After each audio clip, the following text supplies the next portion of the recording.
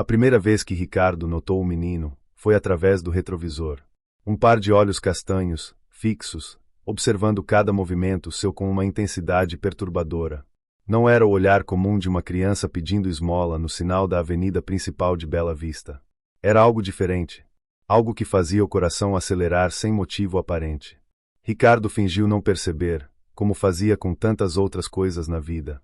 Apertou o acelerador assim que o sinal abriu, deixando para trás a fumaça dos escapamentos e a silhueta franzina do garoto que permanecia ali, parado no meio-fio, observando seu carro se afastar. Mas na manhã seguinte, lá estava ele novamente. Mesmo sinal. Mesma hora. Mesmos olhos castanhos que pareciam atravessar o vidro polarizado do seu sedã importado. Ricardo sentiu um arrepio subir pela espinha. Coincidência, tentou convencer a si mesmo. Bela Vista era uma cidade pequena, com apenas 3 semáforos na via principal. Era natural cruzar com as mesmas pessoas. Porém, quando aquilo se repetiu pela terceira, quarta e quinta vez, Ricardo começou a sentir algo que não experimentava há anos: medo. Não o medo óbvio de um assalto ou sequestro. Era algo mais visceral, mais profundo. O medo de ser visto. De ser reconhecido. De ser lembrado. O garoto não pedia dinheiro.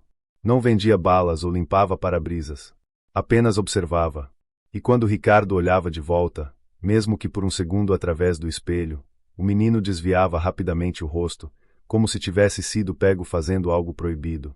Na sexta-feira daquela semana, Ricardo tomou uma decisão. Mudaria seu trajeto. Sairia 10 minutos mais cedo e pegaria a rua alternativa, mesmo que isso adicionasse 15 minutos ao percurso até o escritório de advocacia onde trabalhava. Não podia mais suportar aquela sensação de estar sendo caçado por um menino de não mais que 10 anos.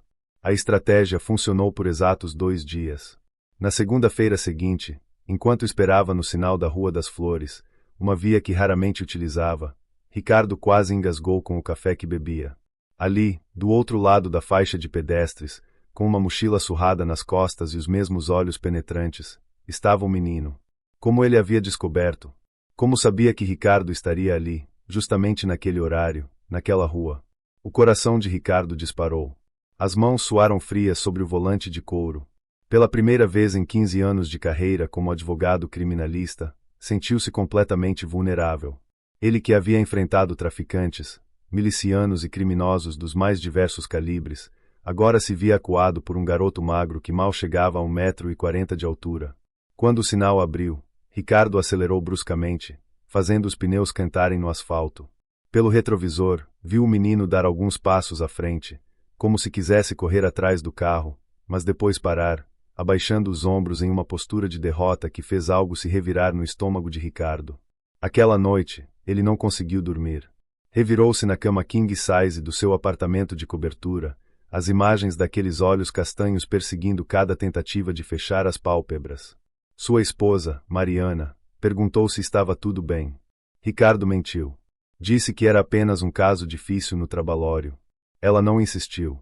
Fazia tempo que haviam parado de compartilhar as verdadeiras preocupações. Na terça-feira, Ricardo tentou outro caminho. Saiu ainda mais cedo. Pegou a avenida marginal que contornava toda a cidade. 25 minutos a mais de trajeto, mas seria impossível para um menino de rua prever aquela rota. Impossível. Mas lá estava ele. No único sinal daquela avenida pouco movimentada, sentado no meio-fio, com a cabeça apoiada nos joelhos. Quando o carro de Ricardo se aproximou, o garoto ergueu o rosto. Não havia mais apenas observação naqueles olhos. Havia súplica. Havia desespero. Havia algo que Ricardo não queria nomear, mas que reconhecia com cada fibra do seu ser. Foi quando aconteceu. O menino levantou-se e começou a caminhar em direção ao carro. Não correu. Não gritou. Apenas caminhou com aquela determinação silenciosa que fez Ricardo travar todas as portas automaticamente. O coração batia tão forte que ele podia ouvir o pulso nas têmporas. O sinal ainda estava vermelho. Faltavam 30 segundos. O menino estava a 5 metros. 4. 3. Ricardo olhou ao redor desesperadamente. A rua estava vazia. Nenhum outro carro. Nenhum pedestre. Apenas ele, aprisionado dentro do seu sedã alemão, e aquele garoto que parecia conhecer cada movimento seu antes mesmo de ele decidir fazê-lo. 2 metros. As mãos de Ricardo tremiam. Ele colocou o carro em ponto morto, pronto para arrancar no sinal vermelho mesmo, consequências que fossem. 1 metro. O menino estendeu a mão, não para pedir dinheiro, mas para tocar no vidro. Seus dedos finos, sujos de terra, pressionaram o vidro bem na altura do rosto de Ricardo. E então, com uma voz que atravessou o vidro como se não houvesse barreira alguma, o garoto disse 3 palavras que fizeram o mundo de Ricardo desmoronar. Eu te conheço. O sinal abriu. Verde. Liberdade. Fuga. Mas Ricardo não conseguiu mover o pé do freio. Ficou ali, paralisado, olhando para aqueles olhos castanhos que refletiam algo impossível, algo que ele havia enterrado há tanto tempo que já nem acreditava mais que existisse. Reconhecimento. Ricardo Mendes tinha 42 anos, uma carreira brilhante e uma vida que qualquer pessoa de Bela Vista invejaria. Seu escritório de advocacia ocupava o andar inteiro de um prédio comercial no centro, com vista para a praça principal onde, ironicamente, dezenas de crianças brincavam todas as tardes sob o olhar vigilante de suas mães. Ele próprio nunca teve filhos. Não por falta de tentativas nos primeiros anos de casamento com Mariana, mas porque, depois de um tempo, ambos simplesmente pararam de tentar. Pararam de falar sobre isso também. O assunto tornou-se um fantasma que habitava os cantos do apartamento de 300 metros quadrados, presente mas nunca mencionado. Naquela manhã de terça-feira, depois do encontro perturbador no sinal, Ricardo chegou ao escritório 2 horas atrasado. Sua secretária, Dona Célia, uma senhora de 60 anos que trabalhava com ele desde que abrirá o negócio 15 anos antes, ergueu as sobrancelhas ao vê-lo entrar. Doutor Ricardo, o senhor está bem? Parece que viu um fantasma. Se ela soubesse o quão próxima estava da verdade. Estou ótimo, Célia. Apenas uma noite mal dormida. Ricardo forçou um sorriso que não convenceu nem a si mesmo. O doutor Arnaldo ligou 3 vezes. Disse que é urgente sobre o caso Ferreira. Ricardo acenou com a cabeça e trancou-se no escritório. Não conseguia pensar em processos, em audiências, em estratégias jurídicas. Tudo o que via eram aqueles olhos castanhos e aquelas 3 palavras que ecoavam na sua mente como um mantra perturbador. Eu te conheço. Quem era aquele menino? Como poderia conhecê-lo? Ricardo vasculhou a memória, tentando lembrar se havia algum caso envolvendo crianças, alguma família que pudesse ter guardado rancor. Nada. Sua especialidade eram crimes corporativos e casos de colarinho branco. Ele evitava processos envolvendo menores justamente porque simplesmente evitava. O telefone tocou. Era Mariana. Amor, não vai esquecer que hoje temos jantar com os Oliveira, né? 7 horas no Cantina Del Mare. Ricardo havia esquecido completamente. Os Oliveira eram clientes importantes, donos de uma rede de supermercados que respondia a um processo trabalhista que ele conduzia. Claro que não. Estarei lá. Você tem certeza que está bem? Sua voz está estranha. Estou perfeito, Mari. Te vejo às 7. Mentira. Nada estava perfeito. Nada estava bem. Bela Vista era uma cidade de cerca de 80 mil habitantes, encravada no interior do estado, conhecida por suas plantações de café e por uma tranquilidade que atraía famílias em busca de qualidade de vida. Ricardo havia nascido ali, crescido nas ruas de terra que hoje eram asfaltadas, estudado na única escola pública da época que agora era um museu municipal. Ele conhecia cada canto daquela cidade. Ou pensava que conhecia. Às 3 da tarde, incapaz de se concentrar em qualquer documento, Ricardo tomou uma decisão impulsiva. Pegou as chaves do carro e dirigiu até a avenida principal, onde tudo havia começado. Estacionou a 2 quadras de distância e caminhou até o sinal, observando. Havia crianças, como sempre. Alguns vendendo balas, outros limpando para-brisas, uns poucos apenas sentados na calçada. Mas o menino dos olhos castanhos não estava entre eles. Ricardo abordou um garoto de uns 12 anos que oferecia pacotes de amendoim aos motoristas. Ei, rapaz! Você conhece um menino que fica por aqui? Magro, mais ou menos dessa altura. Ricardo gesticulou com a mão. Cabelo preto, olhos castanhos escuros. O garoto olhou para Ricardo com desconfiança. Homens de terno não costumavam fazer perguntas sobre crianças de rua sem motivo. Por que quer saber? Quero ajudar. Ele parece precisar. Uma mentira parcial. Ricardo queria respostas, não necessariamente ajudar. Não conheço ninguém assim não, moço. Mas tem muita gente nova chegando, sabe? Vem de outros lugares. Ricardo agradeceu e continuou caminhando. Passou pela padaria onde tomava café às vezes, pela banca de jornal do seu Rodrigo, pela loja de roupas da dona Amélia. Tudo familiar. Tudo normal. Exceto pela sensação crescente de que algo em sua vida cuidadosamente construída estava prestes a desmoronar. Ele chegou ao escritório novamente quando seu celular vibrou. Uma mensagem de número desconhecido. Ele só quer falar com você. Por favor, não fuja mais. Ricardo sentiu o sangue gelar. Quem havia enviado aquilo? Como tinha o seu número particular? Tentou ligar de volta, mas a chamada caiu direto na caixa postal. Naquela noite, no jantar com os Oliveira, Ricardo mal tocou na comida. Mariana lançava-lhe olhares preocupados entre as conversas sobre negócios e amenidades. Quando finalmente chegaram em casa, já passava das 11. O que está acontecendo com você, Ricardo? Mariana perguntou, tirando os brincos em frente ao espelho do quarto. Nada, Mari. Apenas trabalho.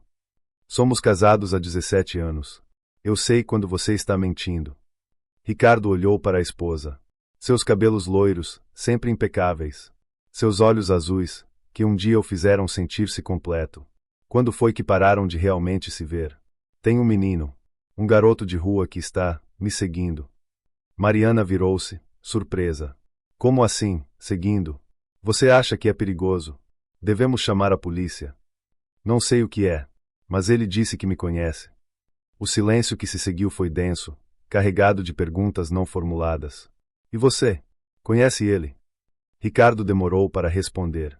Demorou porque, em algum lugar profundo da sua consciência, uma vozinha sussurrava algo que ele não queria ouvir. Algo sobre um passado que havia trancado em um cômodo escuro da memória e jogado a chave fora. Não, não conheço.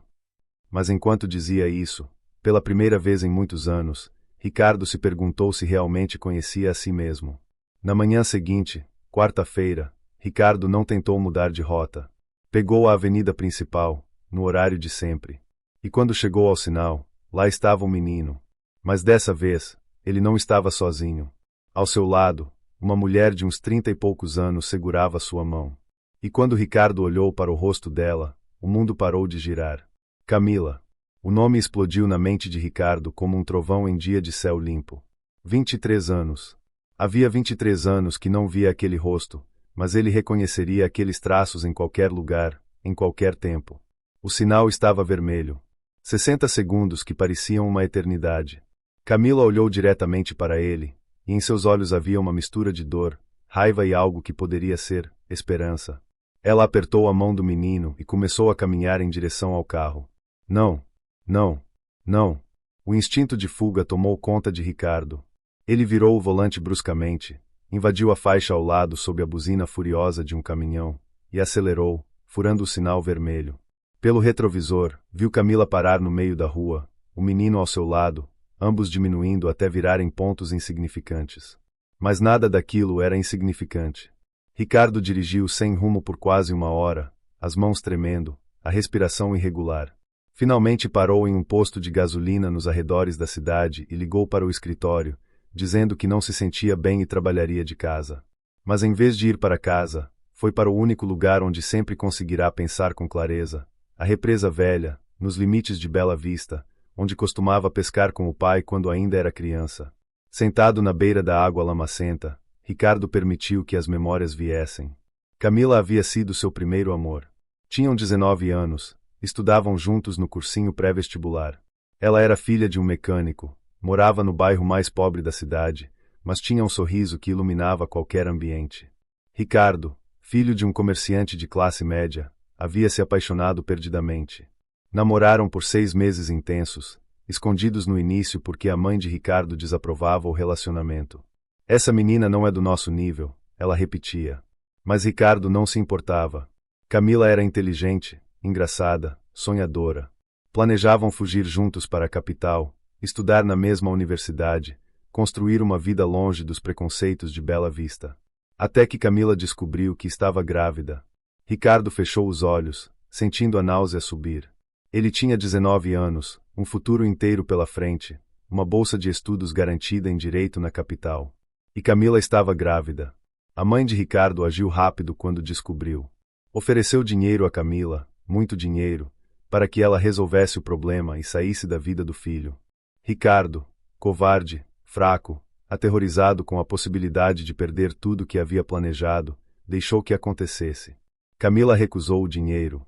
Disse que teria o bebê sozinha, que não precisava dele. Disse que ele era um covarde, que nunca o perdoaria. E desapareceu de Bela Vista. Ricardo foi para a capital, estudou, formou-se, construiu sua carreira. Voltou para Bela Vista 10 anos depois, já casado com Mariana, já estabelecido, já tendo transformado aquele episódio em apenas uma lembrança distante e embaçada que raramente visitava. Mas agora, sentado ali na represa, a verdade o atingiu com força brutal. Aquele menino tinha olhos castanhos exatamente como os dele. A mesma linha da mandíbula. O mesmo formato do rosto. Ricardo vomitou na grama. Quando conseguiu recompor-se, pegou o celular com mãos trêmulas. Havia 5 mensagens do mesmo número desconhecido. Você não pode fugir para sempre. Ele merece conhecer o pai. Eu não quero nada seu. Mas ele tem o direito de saber quem você é. Por favor, Ricardo, dê a ele essa chance. Estarei no Café Estrela amanhã às 10 horas. Sozinha. Apenas conversaremos. Ricardo respirou fundo. Poderia ignorar. Poderia bloquear o número, contratar segurança, talvez até sair da cidade novamente. Poderia. Mas não poderia. Não mais. Naquela noite, chegou em casa tarde. Mariana estava assistindo televisão na sala, uma taça de vinho na mão. Precisamos conversar, Ricardo disse, e pela primeira vez em 17 anos de casamento, sua voz tremeu de verdade. Mariana pausou a TV e olhou para ele com aquela expressão que usava quando pressentava a tempestade. É sobre aquele menino. Ricardo assentiu e sentou-se ao lado dela. E então, pela primeira vez em 23 anos, contou a verdade. Sobre Camila. Sobre a gravidez. Sobre sua covardia. Sobre como fugiu da responsabilidade e construiu uma vida inteira sobre a fundação de uma mentira. Mariana ouviu em silêncio, o rosto uma máscara de emoções conflitantes. Quando ele terminou, ela ficou calada por longos minutos. Você tem um filho, ela disse finalmente, a voz estranhamente calma. E nunca me contou. Eu não sabia se ela tinha, se ele tinha. Existido. Crescido. Vivido. Mariana se levantou, a taça de vinho tremendo em sua mão. Você tinha um filho enquanto eu fazia tratamentos, tomava hormônios, me submetia a procedimentos dolorosos, e você nunca. Ela não conseguiu terminar. As lágrimas vieram, silenciosas e devastadoras. Mari, eu. Não fale comigo agora. Preciso processar isso. Ela foi para o quarto e trancou a porta. Ricardo ficou na sala, sob o peso esmagador de todas as escolhas que o haviam trazido até ali. Na manhã seguinte, quinta-feira, Ricardo estava no Café Estrela às 9h45. Pediu um café que não conseguiu beber e esperou, o coração martelando contra as costelas. Camila chegou pontualmente às 10. Estava mais magra do que ele lembrava, com fios grisalhos prematuros nos cabelos castanhos, mas seus olhos mantinham aquela determinação que ele sempre admirara. Ela sentou-se à frente dele sem cerimônias. Obrigada por vir. Camila, Deixa eu falar primeiro. Ela respirou fundo. O nome dele é Miguel. Tem 10 anos. É inteligente, curioso, gentil. Adora matemática e desenhar. Sonha em ser arquiteto. Cada palavra era uma facada no peito de Ricardo. Por que agora? Porque depois de tanto tempo? Porque ele começou a fazer perguntas. Porque ele viu uma foto minha antiga, do cursinho, onde você aparece ao fundo. Porque ele tem seus olhos, Ricardo, e quando olha no espelho, ele sabe que falta uma peça. Camila pausou, limpando uma lágrima. Eu tentei protegê-lo da verdade. Mas ele merece saber. Não por você. Por ele. O que você quer de mim? Nada. Não quero seu dinheiro, seu sobrenome, seu tempo. Só quero que você converse com ele uma vez. Explique que você não estava pronto. Que não foi porque ele não era desejado. Mas foi, Ricardo sussurrou. Eu não queria. Fui um covarde. Eu sei. Mas você não precisa continuar sendo. O silêncio entre eles era denso de anos perdidos, de mágoas acumuladas, de vidas que poderiam ter sido. Ele está bem. Vocês estão bem. Camila deu um sorriso triste. Sobrevivemos. Trabalho como auxiliar de enfermagem no hospital municipal. Miguel estuda em escola pública. Não é fácil, Was. Deixa eu ajudar. Financeiramente, pelo menos. Não quero caridade, Ricardo. Quero que você seja honesto com ele. Só isso. Ricardo olhou para aquela mulher que amara há tanto tempo, que destruíra com sua covardia, e sentiu o peso esmagador de cada escolha errada que fizera. Quando? Sábado, 3 da tarde. Na praça perto da escola. Ele vai estar esperando. Antes de continuarmos esta jornada emocionante, deixe nos comentários de qual cidade você está assistindo. E no final você poderá avaliar esta história de 0 a 10. Os 2 dias até sábado foram os mais longos da vida de Ricardo. Mariana mal lhe dirigia a palavra. Dormia no quarto de hóspedes, saía cedo e voltava tarde. Na sexta à noite, ela finalmente quebrou o silêncio. Vou ficar na casa da minha irmã por uns dias. Preciso de espaço para pensar. Wari, por favor. Você construiu nossa vida inteira sobre uma mentira, Ricardo. Quantas vezes chorei porque não conseguíamos ter filhos? Quantas vezes você me consolou, sabendo que lá fora havia uma criança com seu sangue? Eu não sabia se ele tinha nascido. É isso que vai me dizer. Você não procurou saber. Não quis saber. Isso é pior. Ela pegou a mala já pronta. Vai encontrar seu filho. Assuma a responsabilidade que deveria ter assumido há 10 anos. Mas não espere que eu esteja aqui quando voltar. A porta fechou com um som final que ecoou pelo apartamento vazio. Ricardo não dormiu naquela noite. Ficou sentado na varanda, olhando a cidade adormecida, tentando encontrar as palavras certas para dizer a um menino de 10 anos. Oi, sou seu pai. Desculpa ter abandonado você antes mesmo de você nascer. Ridículo. Cruel. Verdadeiro. Sábado chegou com um céu cinzento que ameaçava chuva. Ricardo trocou de roupa 3 vezes, sem saber o que vestir para conhecer o próprio filho. Terno. Muito formal. Jeans e camisa. Muito casual. Acabou optando por calças sociais e uma camisa simples. Às 2h30, estava estacionado a uma quadra da praça, as mãos suando. Podia ver o balanço onde, segundo Camila, Miguel estaria esperando. O menino já estava lá, sozinho, balançando levemente, olhando para todos os lados. Ricardo respirou fundo e saiu do carro. Cada passo em direção à praça parecia uma eternidade. Seus pés pesavam toneladas. O coração batia tão forte que ele temia que pudesse parar. Miguel o viu primeiro.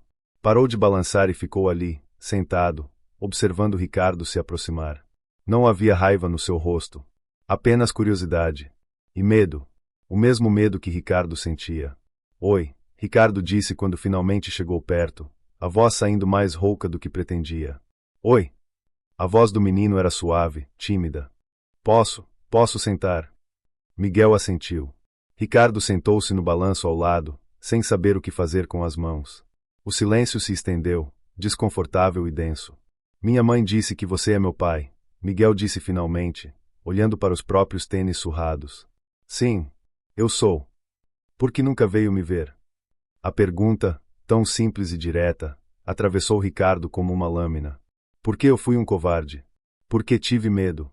Por que fiz escolhas erradas que não posso mais mudar? Miguel assentiu devagar, como se estivesse processando informações complexas demais para sua idade. Minha mãe disse que você não sabia que eu existia.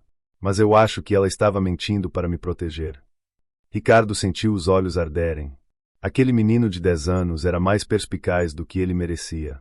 Eu sabia que sua mãe estava grávida. Mas fugi. Porque era jovem e egoísta e não estava pronto para ser pai. Ricardo virou-se para olhar Miguel nos olhos. Mas isso não é desculpa. Você merecia melhor. Sua mãe merecia melhor. Miguel finalmente olhou para ele, e Ricardo viu lágrimas acumuladas naqueles olhos castanhos tão parecidos com os seus. Você não me quer, né? A pergunta partiu o coração de Ricardo em 1000 pedaços. Não é isso, Miguel. Não é isso. Então por que nunca veio? Porque minha mãe trabalha tanto. Porque a gente mora num apartamento pequeno e eu vejo as outras crianças com pai e mãe. O menino não conseguiu continuar. As lágrimas finalmente caíram, silenciosas e devastadoras. Ricardo fez algo que não planejara. Estendeu o braço e puxou Miguel para um abraço. O menino resistiu por um segundo, mas depois se deixou envolver, chorando no ombro de um pai que só conhecia de longe. Desculpa, Ricardo sussurrou, as próprias lágrimas molhando o cabelo do filho. Desculpa. Desculpa. Desculpa. Ficaram assim por longos minutos, dois estranhos unidos pelo sangue e separados por anos de ausência. Quando finalmente se separaram, Miguel limpou o rosto com a manga da camisa. Você vai embora de novo? A pergunta era a que Ricardo mais temia. Porque ele não sabia a resposta.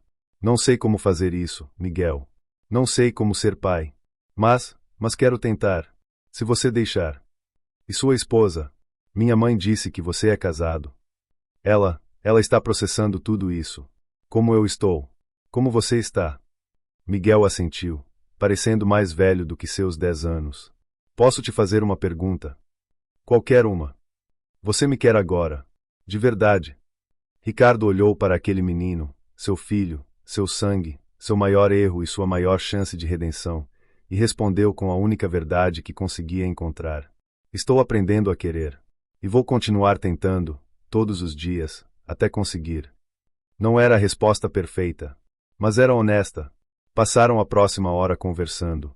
Miguel contou sobre a escola, sobre seus desenhos, sobre o sonho de ser arquiteto. Ricardo ouviu, realmente ouviu, cada palavra como se fosse a coisa mais importante do mundo. Quando Camila apareceu às 4:30, encontrou os dois sentados nos balanços, conversando sobre edifícios e projetos que Miguel sonhava criar.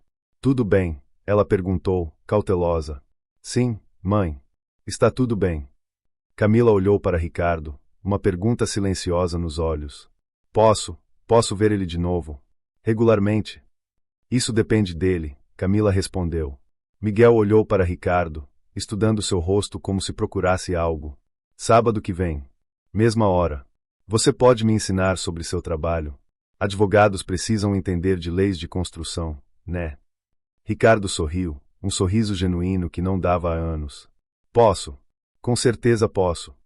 Quando eles foram embora, Ricardo ficou sentado no balanço, observando-os se afastarem. Miguel olhou para trás uma vez e acenou. Ricardo acenou de volta, sentindo algo despertar no peito. Algo que havia enterrado há tanto tempo que esquecera que existia. Esperança.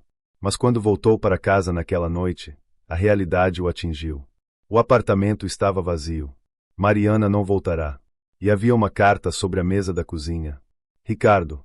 Fui para a casa da minha irmã em São Paulo. Preciso de tempo para decidir se ainda quero esse casamento. Você escondeu algo fundamental de mim. Não sei se consigo perdoar isso. Mas sei que aquele menino merece um pai. Então não vou ficar no seu caminho. Faça o que deveria ter feito há 10 anos. Assuma a responsabilidade. Quanto a nós, vamos conversar quando eu voltar. Se eu voltar. Mariana.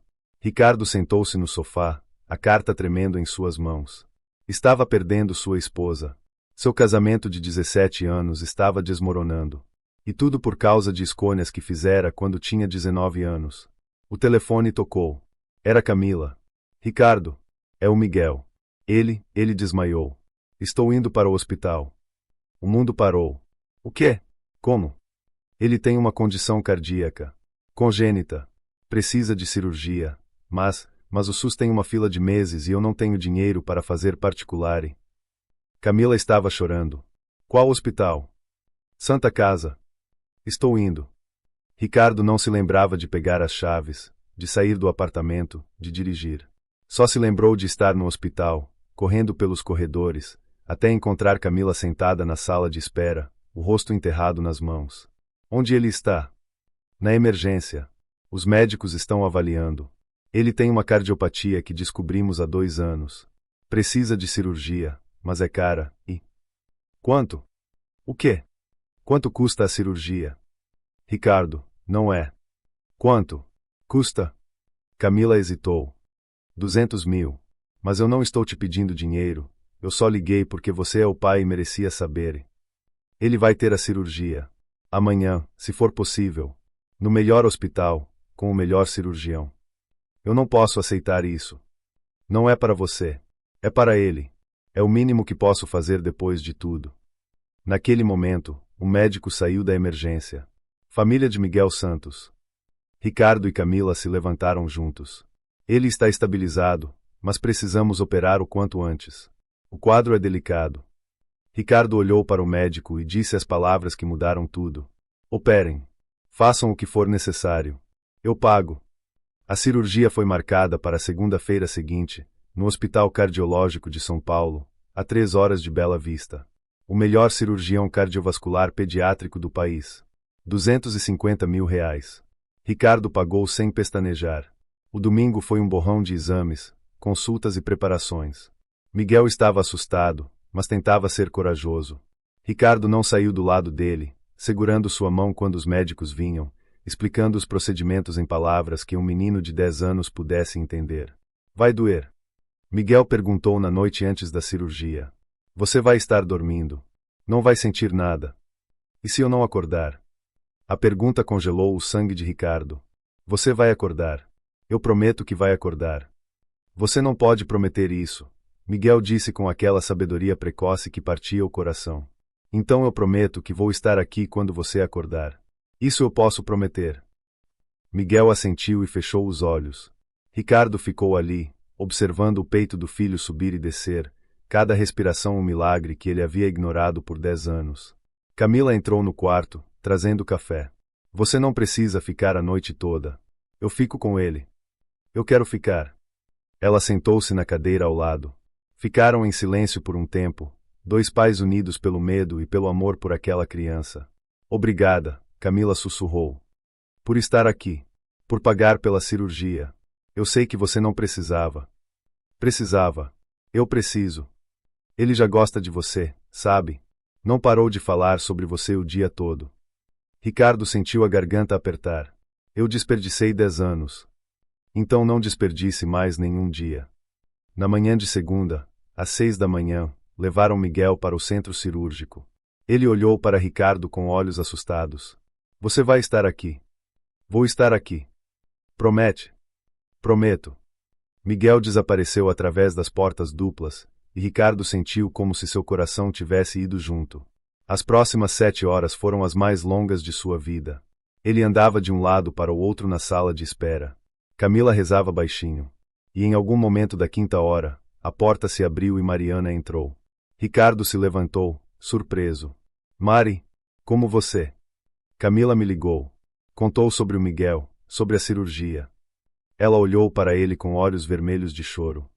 Eu sei que estou magoada. Sei que você mentiu. Mas aquele menino não tem culpa de nada. E você finalmente está fazendo a coisa certa. Você voltou. Eu voltei. Não sei se vou ficar. Mas não ia deixar você passar por isso sozinho. Camila se aproximou, estendendo a mão para Mariana. Obrigada por vir. Mariana apertou a mão dela, e naquele gesto simples havia uma compreensão que transcendia palavras. Duas mulheres, conectadas pelo mesmo homem, unidas pela mesma criança. Às 2h15 da tarde, o cirurgião finalmente saiu. A cirurgia foi um sucesso. Miguel está estável. Vai precisar de recuperação, fisioterapia, acompanhamento. Mas o prognóstico é excelente. Ricardo sentiu as pernas fraquejarem. Camila caiu nos braços de Mariana, chorando. E ali, naquela sala de espera de hospital, 3 vidas se entrelaçaram de uma forma que nenhum deles imaginara. 2 horas depois, levaram Ricardo para ver Miguel. O menino estava pálido, tubos e fios conectados a ele, mas seus olhos se abriram quando sentiu a mão do pai. Você ficou, ele sussurrou. Eu prometi. Agora você vai embora. Ricardo ajoelhou-se ao lado da cama, segurando aquela mão pequena. Não, nunca mais. Você está preso a mim agora, garoto. Todo sábado. E quem sabe alguns domingos também. Espero que goste de futebol, porque vou te ensinar, mesmo sendo péssimo nisso. Miguel sorriu, um sorriso fraco mas genuíno. Eu prefiro desenhar. Então vamos desenhar. Juntos. Nos meses que se seguiram, a vida de Ricardo mudou de formas que ele nunca imaginara. Miguel se recuperou completamente. A fisioterapia foi dura, mas ele enfrentou tudo com uma coragem que envergonhava Ricardo. Todo sábado, sem falta, Ricardo buscava Miguel. Iam ao parque, à biblioteca, ao cinema. Às vezes só ficavam em casa, desenhando projetos de prédios impossíveis que Miguel sonhava construir um dia. Ricardo pagou a escola particular, os materiais, as aulas de desenho. Mas mais importante que o dinheiro, ele dava tempo. Presença. Amor que estava aprendendo a expressar. Camila voltou a estudar enfermagem, agora com menos pressão financeira. Ricardo insistiu em ajudar, não como caridade, mas como responsabilidade. Como pai. Quanto a Mariana, ela voltou para casa. Mas as coisas mudaram. Fizeram terapia de casal. Conversaram, de verdade, pela primeira vez em anos. E lentamente, dolorosamente, começaram a reconstruir a confiança. Eu ainda não sei se vou conseguir perdoar completamente, ela disse uma noite. Mas admiro o homem que você está se tornando. E quem sabe eu possa aprender a conhecer Miguel também. Não como substituta de nada, mas como alguém que faz parte da sua vida. E ela aprendeu. Devagar, com cuidado, Mariana começou a participar dos sábados. No início, ficava de longe. Depois, se juntava. E no aniversário de 11 anos de Miguel, foi ela quem fez o bolo. Um ano depois da cirurgia, num sábado ensolarado, Ricardo, Mariana, Camila e Miguel estavam na praça onde tudo começara. Miguel corria atrás de uma pipa, gritando de alegria. As 3 pessoas que o amavam observavam, cada uma carregando suas próprias cicatrizes, mas juntas naquele momento. Você acha que ele nos perdoou? Ricardo perguntou a Camila. Por todos os anos que roubamos dele. Crianças são mais sábias que adultos. Elas não guardam o que foi. Elas celebram o que é. Miguel correu até eles, ofegante e feliz. Pai! Mãe! Olha como está alto! Pai! A palavra ainda fazia o coração de Ricardo saltar. Muito alto, campeão! Naquela noite, quando deixou Miguel em casa, o menino o abraçou forte. Eu te amo, pai! 3 palavras que Ricardo nunca pensou que mereceria ouvir. Eu também te amo, filho. E pela primeira vez em sua vida, Ricardo Mendes entendeu que nunca é tarde demais para fazer a coisa certa. Que a redenção não apaga os erros, mas pode transformá-los em aprendizado. Que família não é apenas sangue, mas escolha. E que às vezes, o menino que nos segue no sinal não está perseguindo para nos assombrar, mas para nos salvar. Porque Miguel não estava apenas buscando um pai. Estava oferecendo a Ricardo a chance de se tornar um homem melhor. E Ricardo, finalmente, aceitou o presente. Chegamos ao final desta jornada emocionante. Agora é sua vez. De 0 a 10, que nota você daria para esta história? Inscreva-se no canal e ative o sininho para mais histórias emocionantes. Compartilhe com alguém que precisa acreditar em segundas chances. Obrigado por embarcar nesta história de redenção, família e amor. Que possamos todos ter a coragem de Ricardo, de reconhecer nossos erros, assumir nossas responsabilidades e aceitar as segundas chances que a vida nos oferece. Porque nunca é tarde para fazer o que é certo. Nunca é tarde para ser quem sempre deveríamos ter sido.